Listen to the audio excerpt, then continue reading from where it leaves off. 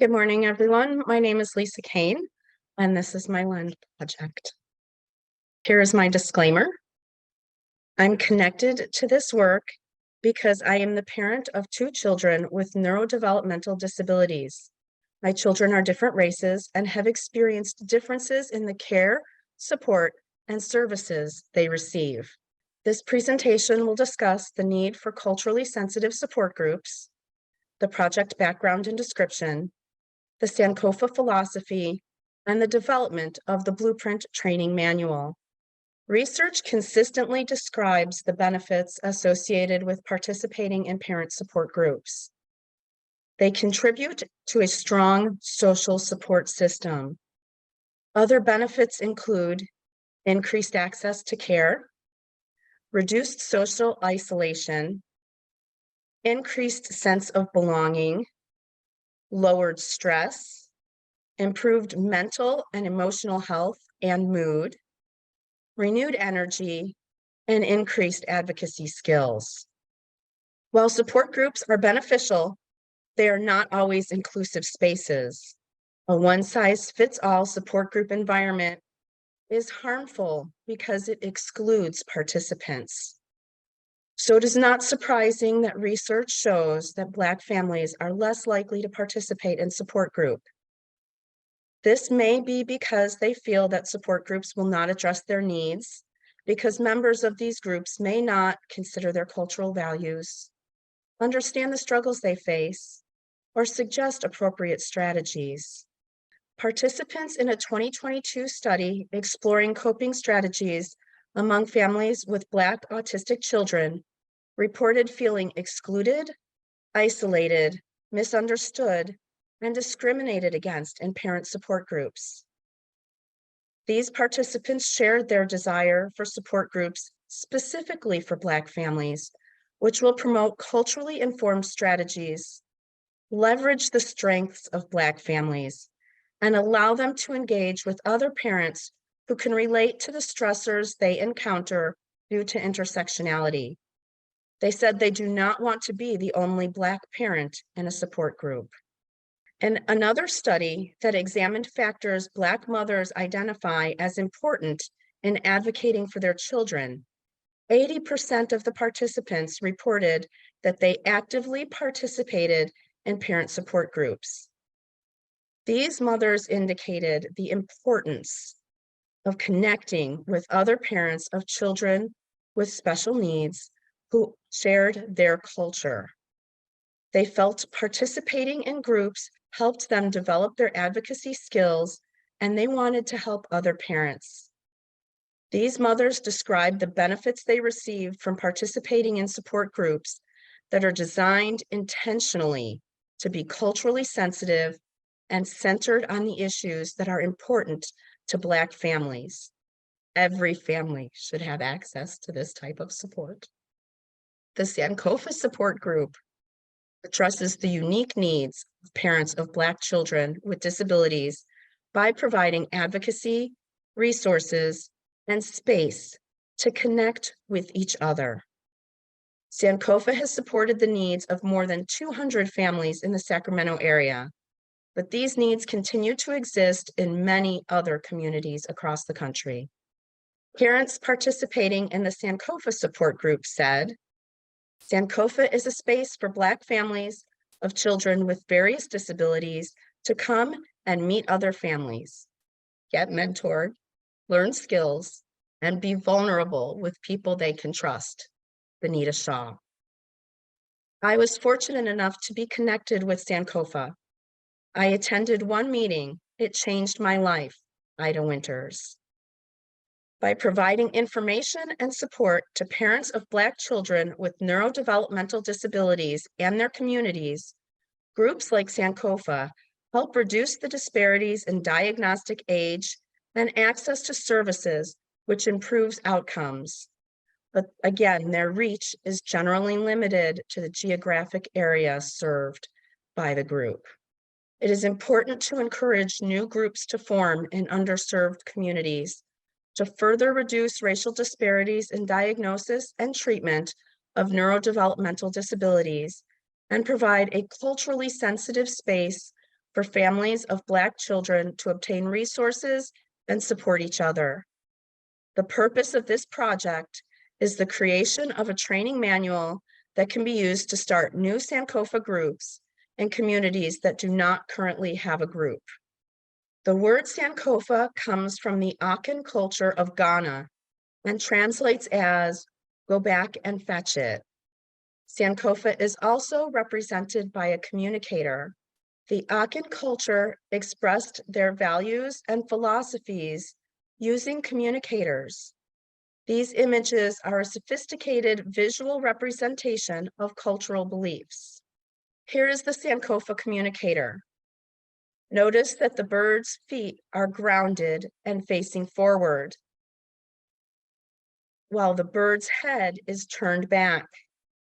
One eye is facing forward and one is facing backward to retrieve an egg with its mouth. The egg symbolizes knowledge and experience that is brought forward to help others.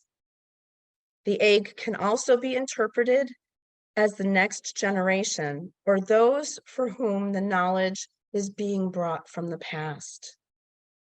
This communicator shows the value of learning from the past and sharing that knowledge with others.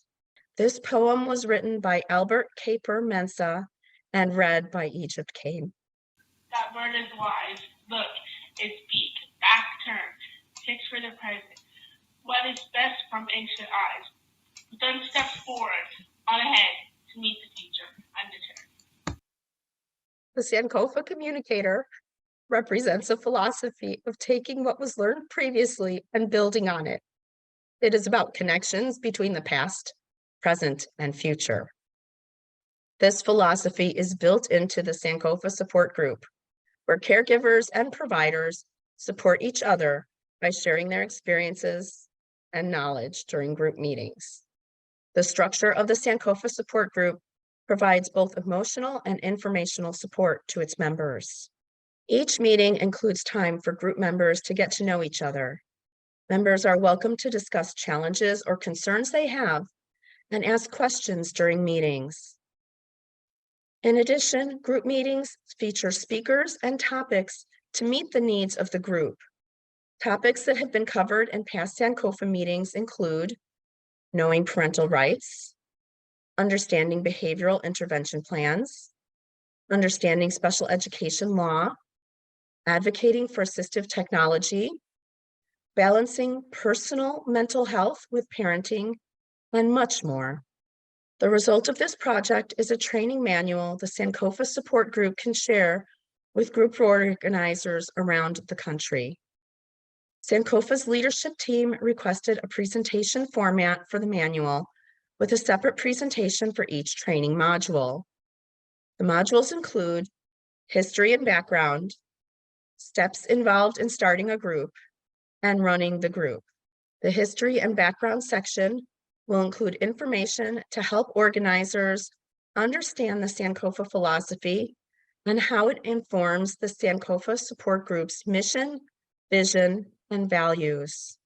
The starting a group section will include information to help organizers demonstrate a need in the community, find sponsors, draft agreements, reach out to the community, and train group organizers. The running a group section will include information to help organizers administer the group, find speakers, embed adult learning strategies and coaching in the meetings, and create a mutually beneficial community. Initially, the project plan included a review of Sankofa's internal documentation and questions posed to members of Sankofa's leadership team. The Sankofa support group was founded by parents who understood that creating an inclusive space for families of Black children meant intentionally doing things differently. They employed a participatory method in developing the group by interviewing key stakeholders in the community to see what the Mind Institute could offer Black families and conducting focus groups to understand community needs. The startup phase was more concerned with building relationships than data collection. As a result, The group's written records did not include everything involved in launching the group and building it up over the last 8 years. Online research was done to supplement internal documentation and build training materials that better reflect the full scope of activities involved in starting and running a culturally sensitive family support group. The development of the training materials is the first step in this project. It is being assembled now and will be refined and approved over the summer. Over the next year, we will be pilot testing these materials by supporting the startup of new Sankofa groups. The materials will be distributed to selected pilot testing sites and refined throughout the pilot process to incorporate the real-life experience of replicating a Sankofa group in other communities. I would like to thank the families and providers from the Sankofa support group, Kiki, Elizabeth, Benita, Jasmine, and Aubin, the LEND program faculty and staff, and my fellow trainees, and of course, my family, Chris, Calissa, and Egypt. Here are my references, additional references, and my contact information. Thank you very much. Thank you so much, Lisa. And thank you to Egypt for reading that lovely poem. We have time for a question, if anyone has a question. Yeah, it was a very nice presentation, Lisa. Thanks very much. I guess maybe a comment and a question. The comment is that I think it's so important that, being in an academic setting, that we actually do more of this, where we think about the kind of programs we develop and then create manuals of replication. And I don't think we do that enough. So I think I really applaud you and the Sankofa team for that. So my question though is, obviously the Sankofa has evolved in a very unusual time with the pandemic, and starting off as kind of a in-person group, and then it grew to kind of a more national online group. Will you try and reflect kind of the impact of those changes as you kind of put this manual together? We will. And so that's a very good point. The pandemic changed things for everyone. And one of the changes that happened is the group went virtual, which did expand its reach. And we regularly have members attending from the Midwest, from the Southeast, Michigan and Florida. And, so that is, it is a consideration, but I think, there are still limitations. People in other areas of the country have to figure out that we exist. So it's still a huge benefit to have something that is more local. Now that we're, coming out of the pandemic, we're kind of in a hybrid format where most meetings are virtual, but we have a couple in-person get-togethers each year. There is a huge benefit for people being able to be in the same room with each other, or, to call up a fellow group member and say, hey, I'm struggling. You want to go get coffee? I really need someone to talk to. And, so having that local proximity is really important. And that's one of the things that's driving this desire to create a manual that people can use in other places to really spread the reach in a more meaningful way than just virtual participation from across the country. The UC Davis Mind Institute was founded in 1998 with the promise to reduce and prevent the disabilities that can be associated with autism and other neurodevelopmental conditions. Every day, our clinicians and researchers make progress on that promise. Our groundbreaking research on autism, Fragile X syndrome, chromosome 22q11.2 deletion syndrome, ADHD, and other conditions associated with disability are helping affected individuals achieve their fullest potential. Please visit our website or our social media platforms to find out more about current studies, upcoming events, and how you can help make a difference.